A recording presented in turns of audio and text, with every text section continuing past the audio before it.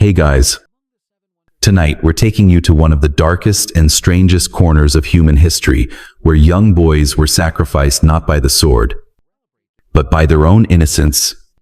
Right now, you might be curled up under a warm blanket, a dim bedside lamp glowing gently beside you, and your brain slowly drifting into that liminal state between waking and dreaming, but somewhere else.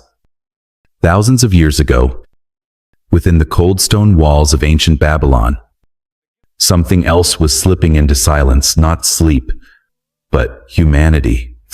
Tonight's story is not for the faint of heart.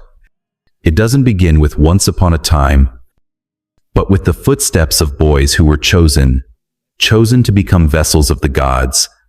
Sounds glorious, only until you learn that glory here came with starvation, carvings into their skin, and years spent in delirium. Still with me? Good. Most people have probably clicked away to find a scalp massage video or the sound of rain. But maybe you're braver, or maybe just too sleepy to reach for the remote. Either way, I'm glad you're here. So before we really settle in, hit like and subscribe to this channel, but only if you genuinely enjoy what you're hearing. And don't be shy. Drop a comment, which state are you listening from? And what time is it where you are? I'm always curious why someone would be watching this channel at 3 a.m. Now, dim the lights. Maybe turn on a fan for that soft background hum. And let's ease into tonight's journey together. And so, you relax your body. The lights dim, and your imagination begins to step into a land whose name no one dares to speak aloud. In the east, where the Euphrates once curved like a silk ribbon through the heart of the desert, Babylon emerged like a gleaming jewel of the ancient world. Can you picture it? A city whose walls were so thick that two chariots could race side by side without touching. There, hanging gardens made visitors feel like they'd stumbled into a dream. And amidst all that splendor, a secret lay still, like a needle in a vast haystack. You're still listening. Right. Now, imagine you're a 3-year-old boy, born into a noble family, bright eyes, flawless skin, quick learner, polite speaker, basically. The kind of kid neighbors always mention with that knowing look. Then one day, your family receives a letter stamped in red from the Temple of Marduk. Good news. Their son, that's you, has been chosen to serve the gods directly. Sounds like an honor, doesn't it? But trust me, in this case, being chosen is a bit like being the only kid to raise their hand when the teacher asks, "Who wants to stay after class and clean up?" And no, you don't get to say no. Historians still debate whether the Cooperish ritual was a sacrifice, a spiritual training, or just a tragedy wrapped in religious cloth. But the one thing they all agree on, the boys chosen never came back the same. Or worse, they came back as someone else. You're taken into the temple through a private corridor, accessible only to the highest-ranking priests. On the door are strange carvings that no one has fully deciphered to this day. Some scholars believe they're astronomical symbols. Others think they're spiritual coordinates or a coded language for the soul. My guess, probably the ancient priest version of Do Not Disturb, like a sign that says meditating. Don't knock outside an office. Once inside, your head is shaved, your clothes removed, and you're bathed in water infused with lotus and resin, not for spa vibes, but to cleanse worldly impurities. The only thing missing is a lo-fi chill beats playlist to complete the experience. Then, you're locked in a windowless room for 7 days. No one speaks to you. Only the sound of chants in a language so ancient. Even the priests don't fully understand it. You're given only holy water to drink and bread made from wheat grown in the temple's sacred garden. Honestly, if Uber Eats existed back then, you'd have ordered something else 3 hours in. This is no retreat. Every day, The same verses are repeated until your brain memorizes them without knowing what they mean. You don't sleep enough. You don't talk. You begin to question reality, much like that feeling when you're on episode 10 of a podcast, and start wondering, wait, does this narrator sound like the voice in my head? This is the original self-deletion phase, quite literally. They are making you forget who you are. A strange fact few people know: modern scholars found clay tablets documenting this process, listing food ratios, flour types used, even noting the exact phase of the moon best suited for each transformation step. That's right, even spiritual torture was managed like a project, complete with deadlines and checklists. Babylonian Trello was a thing. And you know what's stranger? It starts to feel familiar. The whispers, the dim lights, the sweet but suffocating scent, the robed figures who speak only in metaphors and riddles. They seep into you like morning mist into your pajamas. Gentle, but impossible to wash out. By day 8, the real pain begins. But we'll get to that after you rest a bit. Take a deep breath. You're okay. You're still you. Or at least you think so. The sun hasn't risen. You're still inside the temple, or more accurately, in the deepest layer of the Marduk sanctuary. Here, sunlight never reaches. Everything moves beneath the dim red flicker of oil lamps, and the constant burn of incense blurs the line between reality and dream. But today is different. You're led into a room where the stone floor still feels damp and cold. The surrounding walls are carved with spirals and star-like emblems. Apparently, the Babylonians were big fans of mystical geometry. On the racks, bronze tools have been heated in what they call divine fire. When the light touches them, they gleam like serpent eyes. One of the priests, his face fully concealed behind a lion mask, approaches without a word. He places a hand on your shoulder, as if to reassure you, but his palm is cold as stone.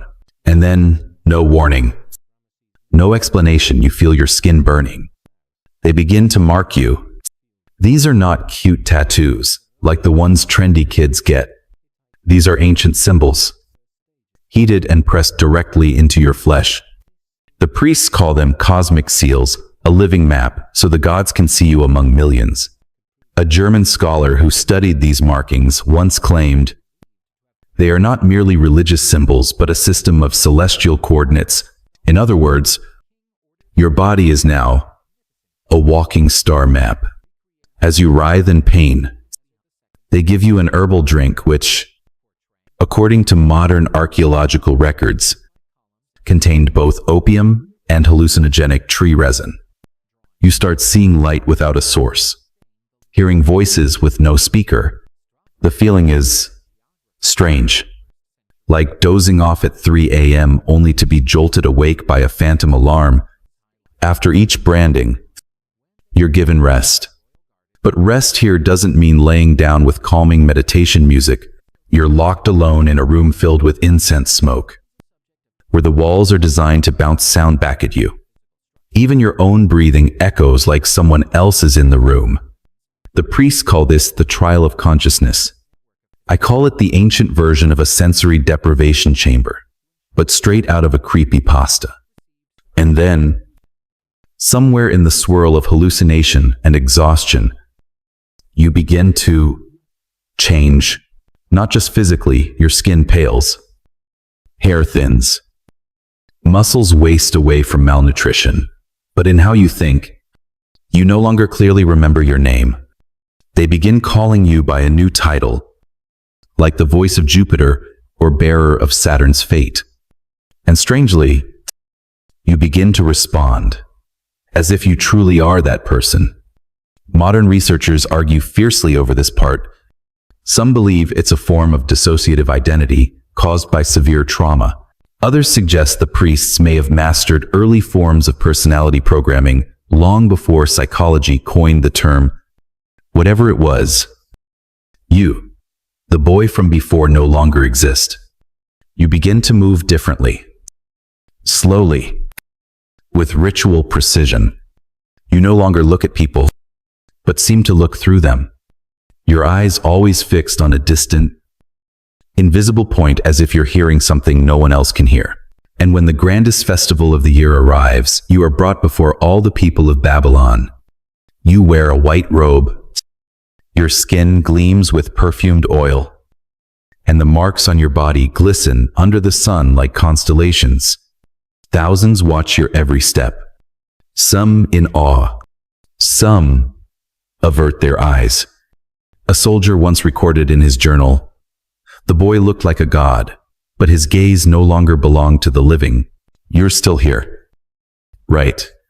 If your eyelids are getting heavy, that's okay, because what comes next might lull you deeper or stop you from sleeping altogether.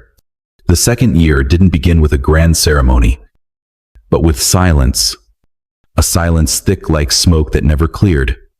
You were no longer the chosen boy. In the eyes of the priests, you were now a vessel, a living form meant to host the god, Marduk, Babylon's divine protector. At any given moment, you were no longer called by name.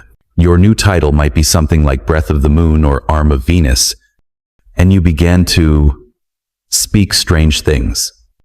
During meditation, you suddenly uttered phrases in an unknown tongue. The priests wrote them down, guessed at meanings, tried to decode. They called it prophecy. Even when the content was disjointed, fragments like fire will fall into the well, or do not trust the thick-haired man. Yes, it sounds like fortune cookie riddles. But since you were the vessel who dared to question it, the strange thing was you didn't remember saying anything. After each transmission, you fell into a hazy state, half conscious, half dreaming, as if your soul had taken a stroll and wasn't back yet. Physically, you grow weaker. Small sores begin to appear on your skin. The priests say they are signs of purification. A modern scholar who analyzed bones recovered from the ruins of the Marduk temple reported that these vessels showed clear signs of malnutrition, heavy metal poisoning, and severe light deprivation. Some bone samples even revealed evidence of old fractures that had healed incorrectly, as if the body had been forced into unnatural positions for extended periods. By now, you no longer feel pain the way you did at the beginning. Not because the pain has gone, but because your consciousness seems to have receded far from the body, as if your body is a puppet and you are the observer, watching helplessly from a distance. This is the stage when, according to secret records, many vessels began to experience complete insomnia. Not just tossing and turning for a few nights, but staying awake for days, weeks, with only brief episodes of blacking out. And do you know what made the priests the most pleased? The seizures. Yes, every time your body shook, eyes rolled back, and your mouth murmured strange tongues. It became a moment to record, to declare Marduk has descended. In a record discovered in the 20th century, still hotly debated among scholars, one priest wrote, "Vessel No. 14 has now reached the divine trance's state. Trial successful. Initiating phase 3. Sounds eerily like something out of a secret lab in a sci-fi movie, doesn't it? But this was 569 BCE. And you, the boy who once loved chasing birds in the garden, were now a test subject in a belief system run like a research institution. Modern historians fiercely debate the true purpose of this phase. Some believe it was a ritual to train genuine prophetic abilities. Others argue it was a sophisticated psychological manipulation, orchestrated by the priests who controlled both religion and political power. You begin appearing publicly during grand festivals, carried on a golden palanquin. You move slowly, like a living icon. Your eyes never meet another's Sumplin. Your steps are never out of place. Some weep at the sight of you. Others turn away in silence. unable to bear the haunting absence behind your gaze. A temple guard once assigned to protect you was recorded as whispering, "The boy walked past me, but never looked at me." He didn't see anyone at all. Only something beyond this world. And so, you drift. No more childhood. No more dreams. No more fear. Only one question remains. Are the gods really listening? Very good. You are slowly approaching the center of the labyrinth, where truth is no longer hidden beneath hymns or candlelight. This is where the story turns toward what the priests called the final unification, but what modern archaeologists call hell beneath the temple. You are brought into a room known only by one name, the heart of Marduk. There are no windows, no decorative carvings, only stone and silence, but not a peaceful silence. It is the kind of silence, heavy, like a final breath still suspended in the air. This place, according to the priests, is the intersection between the mortal world and the divine realm. But according to later decrypted secret texts, this is where the darkest rituals took place. Can you imagine it, a child after 2 years of brainwashing, sleep deprivation, hunger now, standing in a freezing stone room, surrounded by faceless figures. They do not speak.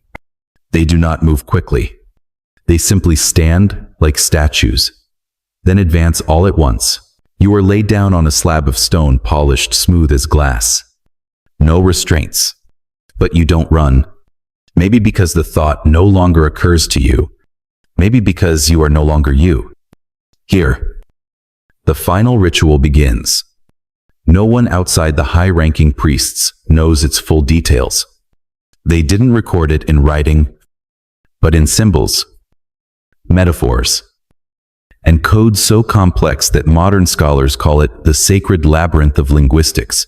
A strange discovery: archaeological excavations at the Marduk temple uncovered layers of fine ash evenly coating the floor of this room, yet with no signs of fire ever having been lit. Scientists still debate whether it resulted from the burning of extremely potent herbs, or, according to one bold theory, ash from organic material. But since this is PG-13, we won't go further. You get the idea. After the ritual ends, you are taken out, or more accurately, carried out. Sometimes you stagger. Sometimes you're lifted. Sometimes you are just a silent body. Temple guards reported that after each ceremony in the heart of Marduk, strange sounds echoed from the stone floor for hours, like whispers, or crying, or soft scratching against the walls.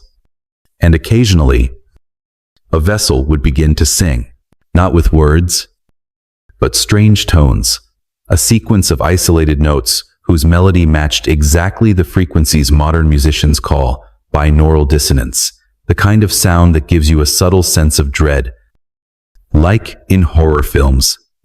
After that ritual, you no longer needed sleep. Or more precisely, you couldn't sleep anymore. Priests noted that you often fell into prolonged states of silent meditation, lasting days, sometimes weeks. Upon returning, you spoke strange phrases like, "The sky has shifted angles," or "Marduk watches through the owl's eyes." Modern scientists tried to analyze your speech during this phase. They found clear signs of mercury poisoning, bone metal concentrations many times above normal, and brain damage in regions responsible for language. In short, you weren't a prophet, you were a severely neurologically damaged patient, framed in gold. And then, the fourth year arrived. Your body began to decay both metaphorically and literally. The brands would not heal. Your skin became fragile. Zeitsures grew frequent. You spoke in sentences no one could understand and no one wanted to.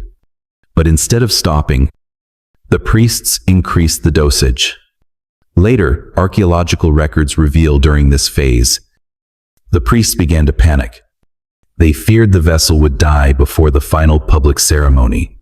during the Akitu festival, Babylon's New Year's celebration.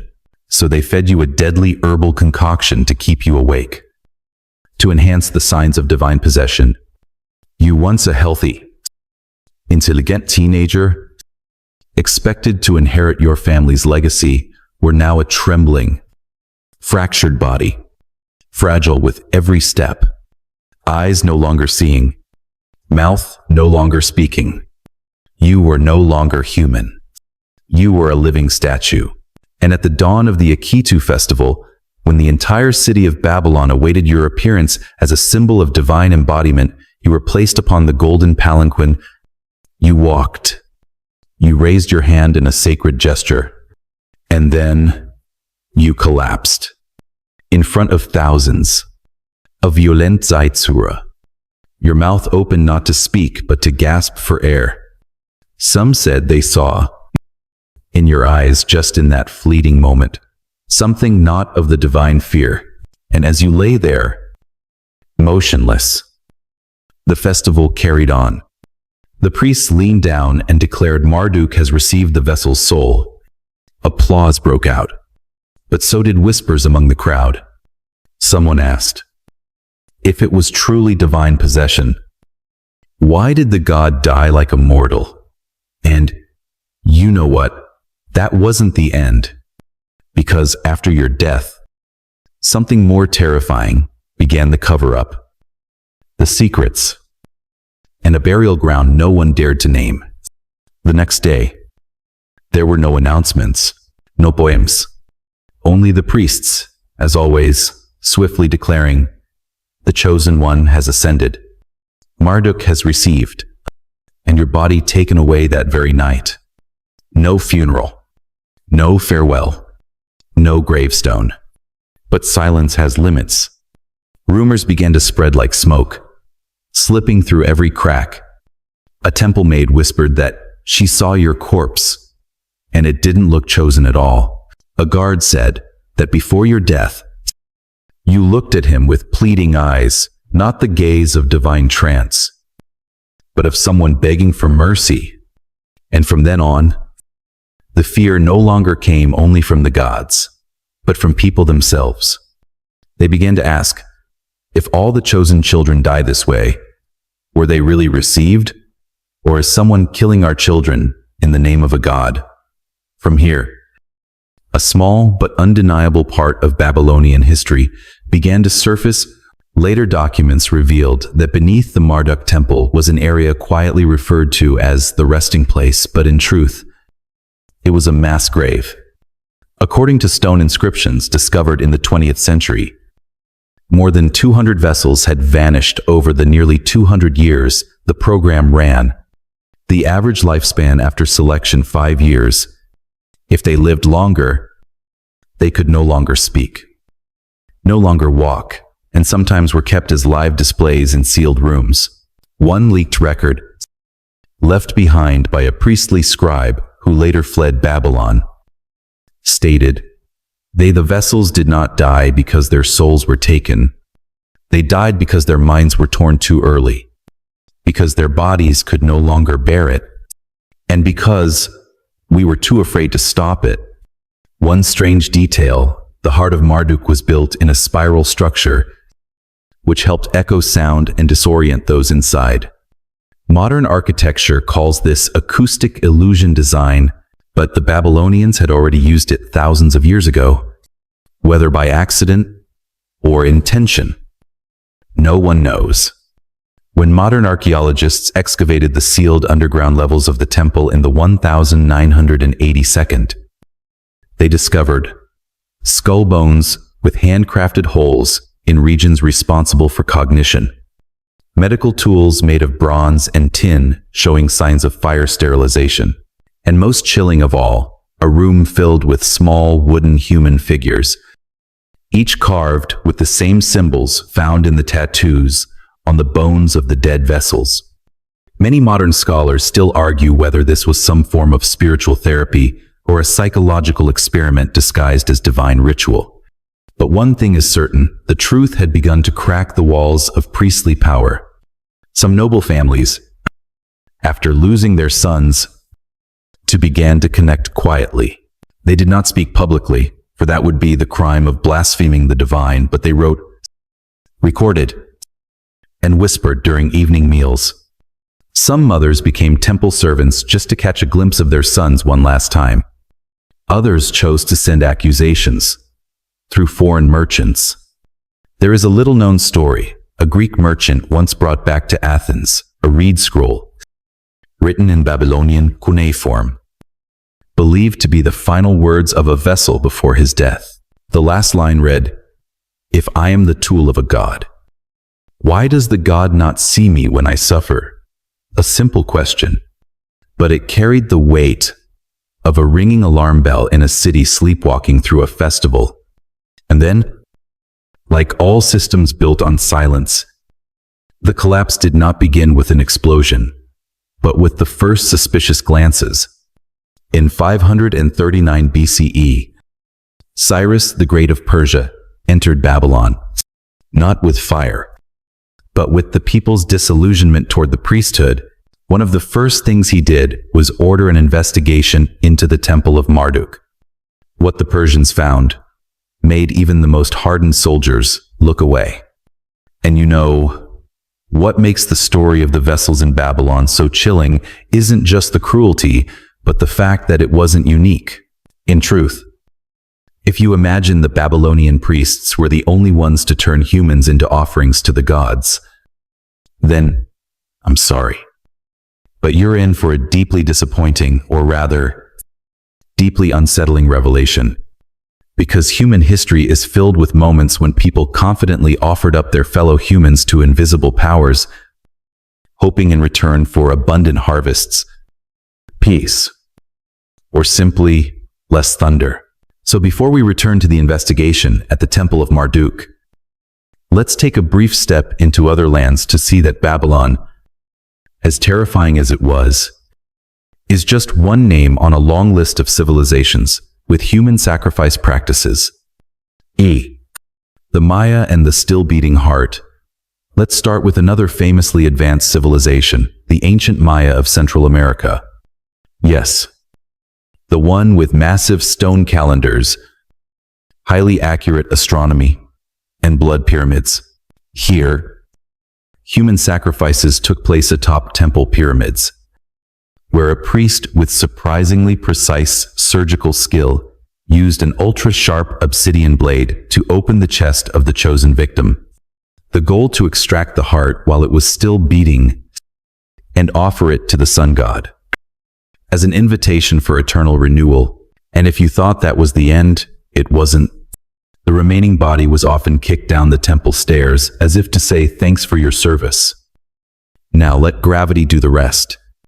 Strange fact, some exhumed skeletons show the victims were volunteers, often honored prisoners of war, or even noble family members who believed sacrificing themselves would grant them a state of divinization.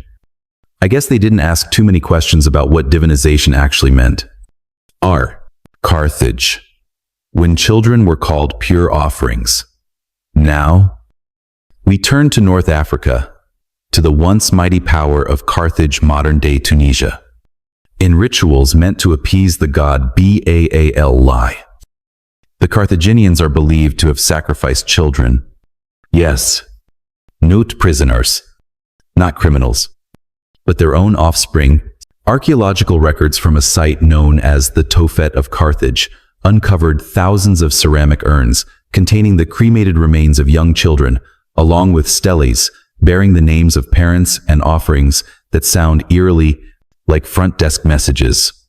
My son, the pure child, now belongs to Baal Hammon. Historians still debate whether this was actual sacrifice or simply burial rites for children who died young. But you know what? The sheer number of urns found makes it hard to believe this was just natural causes. One researcher once joked, if that was a regular cemetery, then Carthage's child mortality rate was worse than a zombie apocalypse. Of course, just a figure of speech, but you get the point. Ancient China, sacrificing people to serve in the afterlife. If you ever thought the tomb of Qin Shi Huang only had terracotta soldiers, well, we need to have a word. During the Shang and Zhou dynasties, ancient Chinese kings believed that when they died, they'd need servants in the afterlife. And since underworld salaries weren't exactly negotiable, the quickest solution was to bury living servants alongside them. Hundreds of tombs from this era reveal the bodies of young women, charioteers, and musicians buried with their masters, often in positions that clearly show they didn't volunteer. One official account records that King Wu Ding, famous for his hundreds of concubines, had 66 people buried alive with him when he died. I don't know about you, but if the afterlife vacation includes that many travel companions, it sounds a bit claustrophobic. The Vikings, sacrificing people by stabbing and burning. The Vikings, known for axes, warships, and fierce loyalty, also practiced human sacrifice when a chieftain died. A 10th century account by Arab historian Ibn Fadlan tells of a female slave who volunteered to die with her master. She was paraded around the village, drank alcohol, kissed everyone goodbye. Yes, everyone got a kiss. Then was stabbed in the heart and her body placed with the chieftains on a boat, which was then set ablaze in the middle of the river. And if you think, surely not many wanted that fate, you're right. But in Viking culture, that kind of death wasn't an ending. It was a ticket to Valhalla, the warrior's paradise. Though whether there was a separate gate for slaves, that part's unclear. Let's hope so. You see now, human sacrifice in the name of the gods was far from rare. Babylon, the Maya, Carthage, China, the Vikings, all once believed that taking a human life was the best way to soothe the heavens. The question is, did they see anything change afterward? The answer was, often the crops still failed. Enemies still invaded, and the dead remained dead. Crossing Africa, we arrive at the Ashanti people of Ghana. Here, blood was not just life, it was a message to the ancestors. And the fastest way to send a letter to the other side, you guessed it, human sacrifice. Whenever a major event occurred, such as the death of a king or prolonged disaster, it was believed that the soul of the living had to escort the dead into the next world. Like a funeral procession, but the unwilling version. At royal funerals, dozens might be buried alive with the king, along with gold, weapons, and, crucially, a ceremonial drum made of human skin. You'll never look at traditional drums the same way again. Trust me. Transitioning now to ancient Korea, where bridges were built with human bodies. Legend has it that during the Goguryeo period, the construction of the Sonji Bridge could not be completed. Heavy rains, landslides, fatal accidents. Then a fortune teller was summoned, who declared a willing soul is needed for the bridge to stand. A young woman, out of loyalty to her nation, volunteered to be buried beneath the bridge's pillar, so the structure could be finished. The bridge then stood firm for hundreds of years, but the story became a quiet warning to anyone building near rivers. Let's hope no one's lying under your foundation. To the Americas now, where we meet the Inca masters of frozen loyalty. The Inca believed that sacrificing children was the noblest way to send a soul to the mountain gods. And the chilling part is they did so with the consent of the village, the family, and sometimes the child. Chosen children were typically healthy, beautiful, intelligent. They were taken to high mountains, dressed in vibrant feathered garments, feasted for days, then placed inside snowy caves while still alive, to sleep peacefully in the ice. Protecting the people, the children's remains, discovered only decades ago, still had intact hair, skin, and fingernails naturally preserved by over 500 years of freezing. One archaeologist said, "I've never seen a smile so cold." And we end in the most unexpected place, Europe. Yes, refined Europe. Did you know that in prehistoric Ireland, young men were sacrificed by being thrown into bogs? That's right. The Celts believed bogs were gateways to the spirit world. And to secure a good harvest, someone had to go first. The famous bog body Old Krogan man reveals he stood over 90 meters tall. His hands were tied with twisted fibers. A cross-shaped incision marked his chest. He was stabbed multiple times before being submerged. Many researchers believe he was a seasonal king chosen, praised, worshipped, and then sacrificed. A kind of ancient temp contract with no time off. You see, human beings once believed that to please the heavens, they had to submit an application written in flesh and bone. It's not easy to hear, but it's essential to remember to understand that we once traded freedom for reassurance, blood for harvests, one person for the sake of many. And when you know that, you understand why the story of Babylon and its young vessels wasn't just a solitary nightmare, but part of humanity's collective sleepwalking dream, spanning thousands of years. There's one thing you'll realize when you look deeply into any ancient civilization. It's that people never lived alone. Not just because they lived in tribes or villages, but because they lived alongside gods. They awoke under the sky of a sun god. They sowed seeds in the soil of a mother goddess. They feared thunder because they thought a storm god was angry. And when they saw a falling star, they bowed. The ancient world wasn't explained with equations. It was told through myths. And in those myths, everything had a soul. Do you hear the thunder? That's not just shifting air pressure. That's Thor hurling his hammer. Do you see the sea rising? That's not the tide. That's Poseidon thrashing his tail beneath the ocean. A tree wilting, surely Demeter is grieving the loss of her daughter. An owl crying at night. That's a sign Athena is watching someone misuse their wisdom. To the ancients, gods were not concepts. They were upstairs neighbors. From the Mongolian steppes to the Amazon jungles, from ancient Africa to the scattered Polynesian islands, though they never met.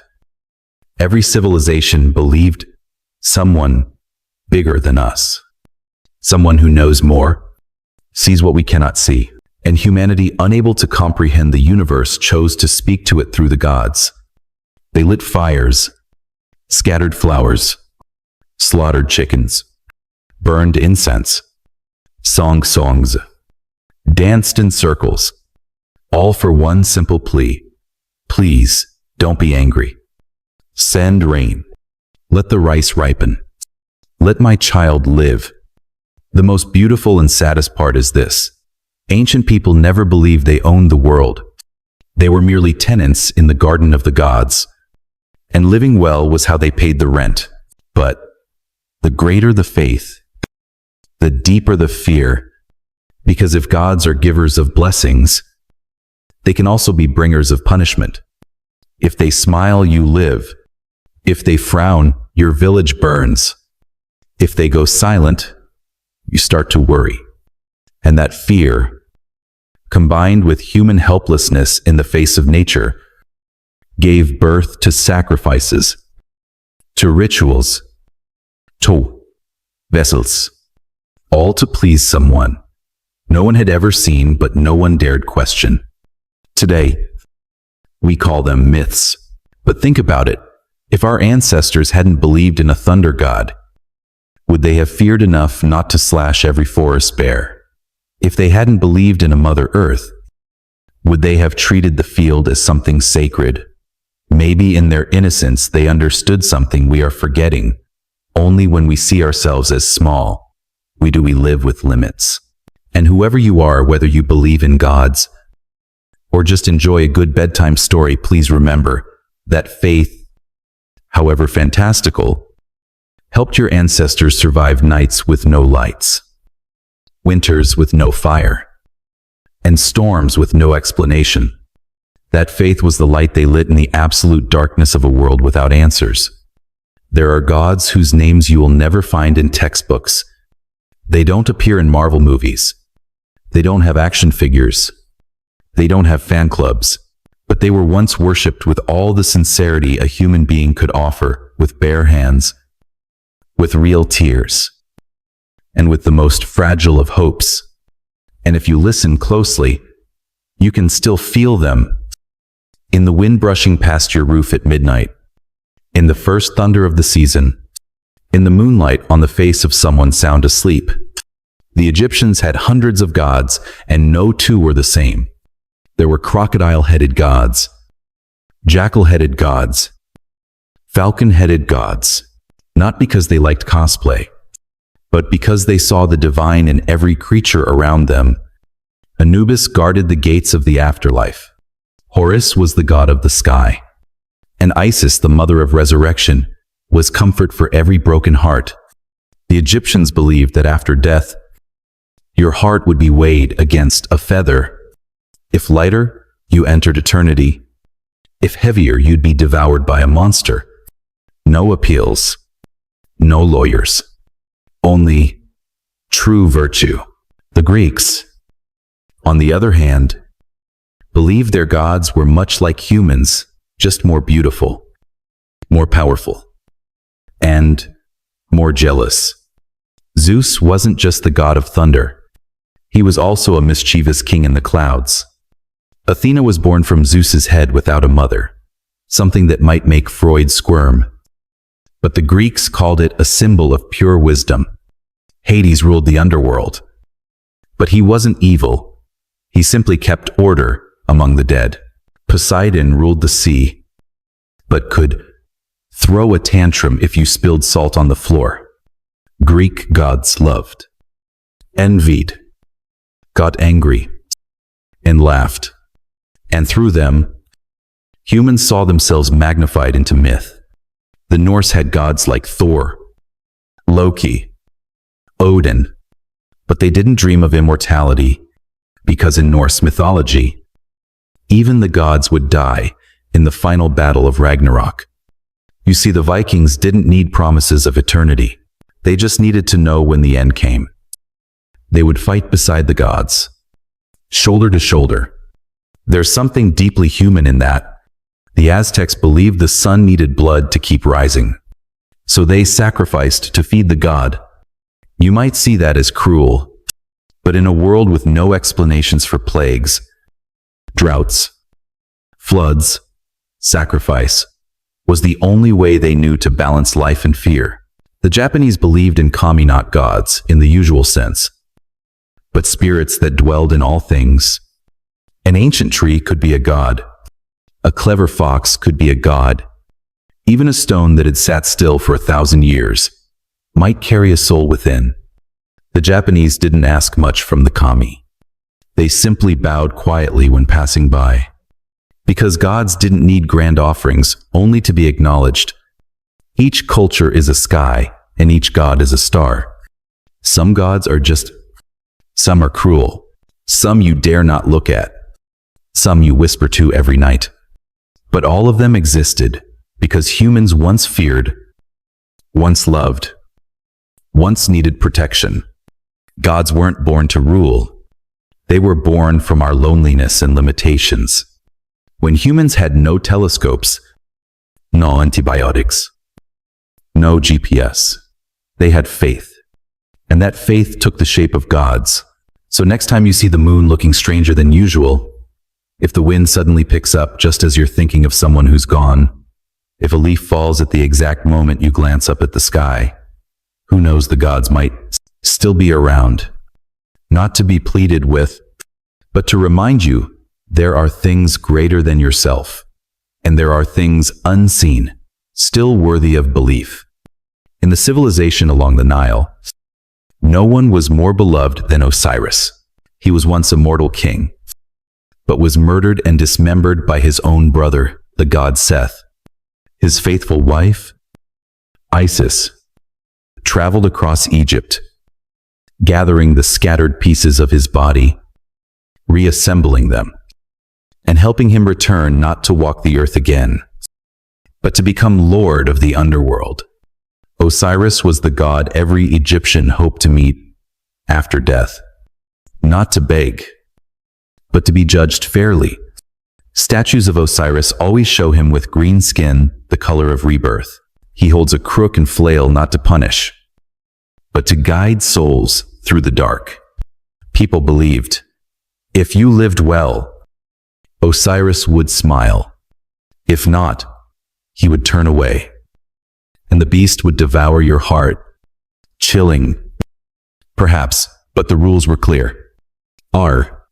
Athena, the motherless goddess ancient Greece, Athena was not born like others. She burst forth from the forehead of Zeus. Yes, literally, Zeus had a splitting headache, cried out, and Pop Athena emerged, fully armored. She was the goddess of wisdom, strategy, and justice. But unlike Ares, the frenzied god of war, Athena represented intellect in battle. She fought not for revenge, but for necessity. Her symbol was the owl, because owls see in the dark, just as wisdom sees through chaos. Athena was the goddess cities were named after, like Athens, because people believed where there is reason, there is protection. Curiously, Athena never loved anyone. She had no mother, no children, no lovers. She was completely independent. In an ancient patriarchal world, Athena stood as a figure of womanhood that didn't need permission to exist. Shiva, the creator and destroyer Hinduism. No god is more multidimensional than Shiva. You might see him dancing soft smile, eyes half closed, hair swirling inside a circle of fire, and you think beautiful. But within that dance, Shiva is destroying the universe. Because in Indian philosophy, for the new to emerge, the old must dissolve, nothing dies. Everything transforms. Shiva bears 3 eyes. The third, when opened, burns away all illusion. He wears snakes around his neck, meditates on mountaintops, drinks poison to save the world, and never complains. The people of India don't worship Shiva because he's gentle. They worship him because he's real, because he reminds them sometimes what we call loss is only the first step toward finding ourselves again. Amaterasu, the sun goddess, and the hot-tempered big sister Japan. Amaterasu is the supreme goddess in Japanese. Shinto, the sun deity, bringer of light and life. Legend says her younger brother, the storm god Susanoo, caused such chaos that Amaterasu, furious, hid herself away in a mountain cave, plunging the world into darkness. With no sun, no crops grew. Nothing could be done. Eventually, the other gods placed a mirror outside the cave and performed a comical dance to make her curious as she peeked out. And thus, the light returned. The Japanese still honor her at Ise Grand Shrine, the most sacred site in the land, because to them, Amaterasu is not only the sun, but the divine ancestor of the imperial family. A curious fact, Amaterasu loves cleanliness. Before rituals, worshippers must wash their hands, rinse their mouths, and purify their hearts, as if light can only enter a heart that's clear. Wu, Tezcatlipoca, the god of darkness and the smoking mirror, Aztec. Not every deity brings flowers and light. Some, like Tezcatlipoca, are gods of darkness, reflection, and chaos. He is known as the smoking mirror because whoever looks into him sees themselves, even the parts they deny. Tezcatlipoca doesn't promise happiness. He tests. He unmasks. He is the whisper in your ear when you stand between right and wrong, and you must choose. No one else can choose for you. The Aztecs feared him, but they also respected him because he gave people the right to know who they are. And there are many more. Freyja, the Norse goddess of love and death. Ereshkigal, Babylon's goddess of the underworld. Sister of Inanna, always sorrowful, always right. Tlaloc, the Aztec rain god, who weeps thunderstorms. Brigid, the Celtic goddess of healing. Keeper of the hearth's fire and the fire in a mother's heart. Every god is a symbol. Every civilization chose different aspects of humanity and magnified them into the divine. Gods can be furious, gentle, distant, or very near. And whether you believe or not, maybe they're still here, not sitting on clouds, but sitting in the heart of the stories we haven't stopped telling. But you know, love is always the most mysterious part of every ritual. Even within the cold stone walls of ancient temples where sacrifices were made, prayers shouted, or omens feared, there were always tender moments when someone whispered to the gods just to be loved and to love. Because whether you were a farmer or a king, a warrior or a priest amid darkness and fire, humanity has always yearned for the simplest thing, a soft gaze, a heart that answers back, something to hold on to our humanity. And that's when the goddesses of love appear, not with fanfare, not with thunder, just a passing fragrance, a soft laugh, a light that makes the whole world pause. So if you're ready, let me introduce you to those goddesses one by one, as if we're unfolding an old love letter, steeped in incense and memory. And then, among the countless mighty gods once worshipped by ancient humanity, from gods of war to thunder to the underworld, there remains one kind of deity that could make empires halt and warriors remove their helmets, not out of fear, but out of a desire to love. Because you know, amid wars for land, for thrones, for prophecy, there have always been people, at night, in silence, placing a hand over their heart and asking, is love real? They didn't pray for eternal life. They didn't seek treasure. They just wanted a soft gaze, a laugh that touched something deep inside, an embrace, real enough not to feel alone in a world of sacrifice and ritual. And that's when the goddesses of love stepped onto the stage, not with swords, not with crowns, but with a strange light that made people want to run and yet stay forever. Are you ready to meet them? If so, lie still. I'll tell you about each one as if we're opening pages from love poems hidden inside ancient epics. Aphrodite. When beauty becomes a weapon, ancient Greece, she wasn't born like ordinary beings. Aphrodite rose from the sea foam, where the blood of Uranus fell into the ocean, and from that, beauty took shape. She wasn't just beautiful. She was beauty. Golden hair, a body that flowed like wind, skin bright as pearl, and in her eyes, a universe of mystery. Aphrodite didn't merely offer love. She started wars. It was her, through a golden apple, inscribed to the fairest, who brought Troy to its knees. Yes, really, one apple.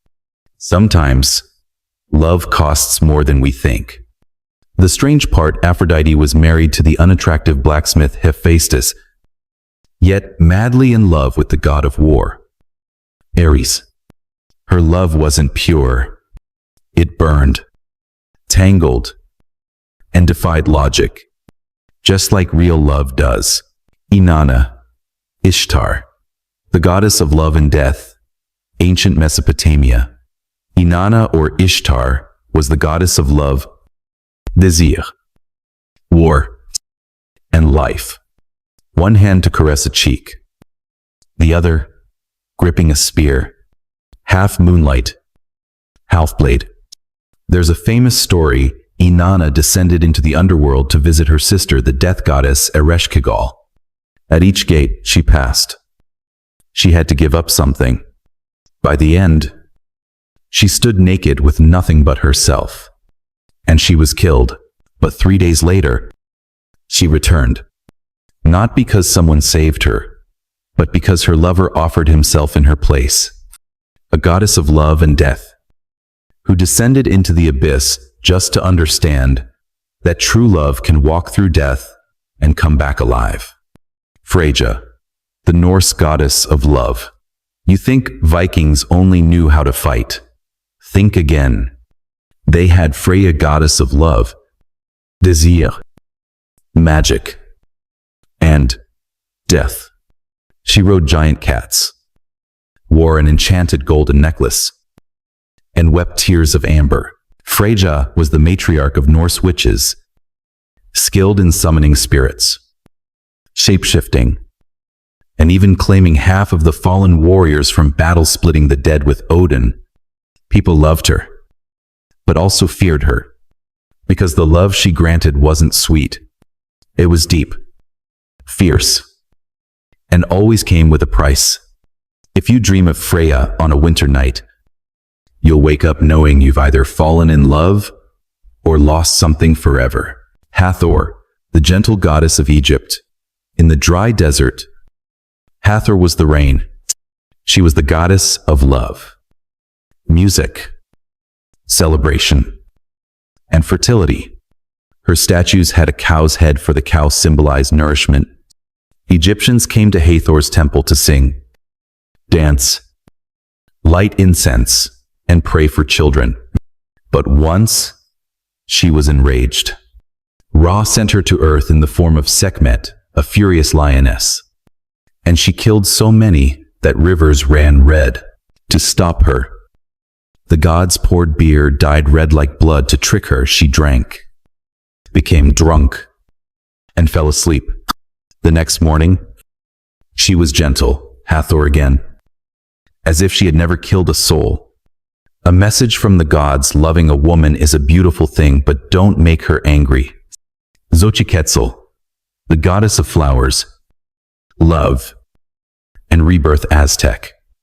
In the blood-soaked world of the Aztecs, Xochiquetzal was the silent flower on the battlefield. Her name means radiant flower, and she was the goddess of love, beauty, craftsmanship, and childbirth. Young women prayed to her before marriage. Weavers whispered her name for delicate hands. New mothers touched her altar, hoping their children would grow in peace. The most beautiful part, it said she never truly dies. She just changes flowers with the seasons. So you see, from Greece to Egypt, from Mesopotamia to the jungles of Mexico, the goddesses of love were never alike, but each one reminded humans that they were still alive. They didn't teach you math. They didn't grant you supernatural knowledge. They simply brushed your heart and waited for it to tremble. Someone once said God created the world in 6 days, but love was sculpted by goddesses, moment by moment, with tears, with fire, with hope, and with sorrow. So if one night your chest aches because of a glance, a word, or the softest touch, don't brush it off too quickly. Because maybe it's not heartbreak. Maybe it's a goddess whispering your name. And if the goddesses of love are sacred blossoms lighting the dark, then the loves they inspired weren't always radiant like sunrise. Quite the opposite. Many of them end in tears, blood, or a silence more painful than any goodbye. Because in mythology, and perhaps in life, love rarely dies from a lack of romance. It dies from misunderstanding, from choice, and sometimes simply because fate has a cruel sense of humor. And you know what? There are love stories breathtakingly beautiful And yet, they still fall apart because someone turned around too soon. So, if you're still awake, let me tell you a few love stories where maybe, just maybe, you'll see a piece of yourself. Orpheus and Eurydice. When looking back means farewell. Orpheus, the poet with a legendary lyre, whose music made trees weep.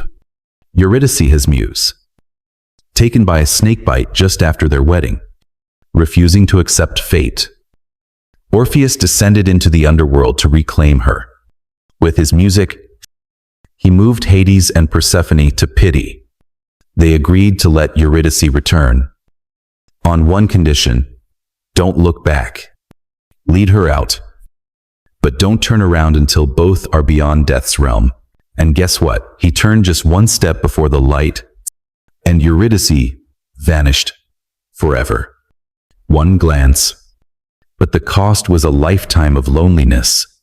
Pygmalion and Galatea. When you fall for your own illusion, Pygmalion was a gifted sculptor, but he hated real women. Yes, you heard that right. He carved a statue of a perfect woman and named her Galatea, then fell in love with her. He hugged her, kissed her. I spoke to her as if she were alive. Aphrodite, moved or maybe just fed up, gave Galatea life. They lived happily ever after. But do you see, Pygmalion loved an ideal so perfect he had to create it free of flaws, free of history. A beautiful tale, but also a quiet reminder that real love is loving someone imperfections and all. Hylas and Heracles. When love is swept away, Heracles, you know him, the greatest hero of Greece. Hylas, a young man so beautiful that forest nymphs couldn't resist. While fetching water, Hylas was pulled into a spring and held there forever. Heracles searched endlessly, refusing to leave, calling his lover's name through the woods all night. But Hylas never returned. That love didn't die from betrayal, but because sometimes someone is loved so much that even the gods want to keep a piece of them. Tristan and Isolde. Love that knew it was wrong. Tristan, a brave knight. Isolde, the betrothed of the king he served, but a fateful love potion bound them together. They loved. They fled, were caught, forgiven, and then loved again. In the end, both died not by violence, but because the world had no space for love that arrived at the wrong time. A tree grew from Tristan's grave, and one from Isolde's, and they wrapped around each other forever. Because where people forbid love, nature carries it forward. And, you see, love in mythology isn't always a happy ending, but it's real. It's wild. It breaks the boundaries of time and law. And maybe that's why it keeps us awake. If you're still here, thank you for walking with me through these hazy, fierce love tales. These stories don't ask for your belief. They only ask that you feel. Now it's time to set aside the ancient tragedies, the eyes that never got to say I love you, and the gods still waiting somewhere in the dark for someone like you to dream of them. Take a deep breath. Relax your shoulders. Let the stories fade into the night like mist. You've traveled far enough for one evening. And if there's one thing to carry into your sleep, let it be this: love, no matter how it ends, is what makes us human. Wishing you a peaceful night. Sweet dreams.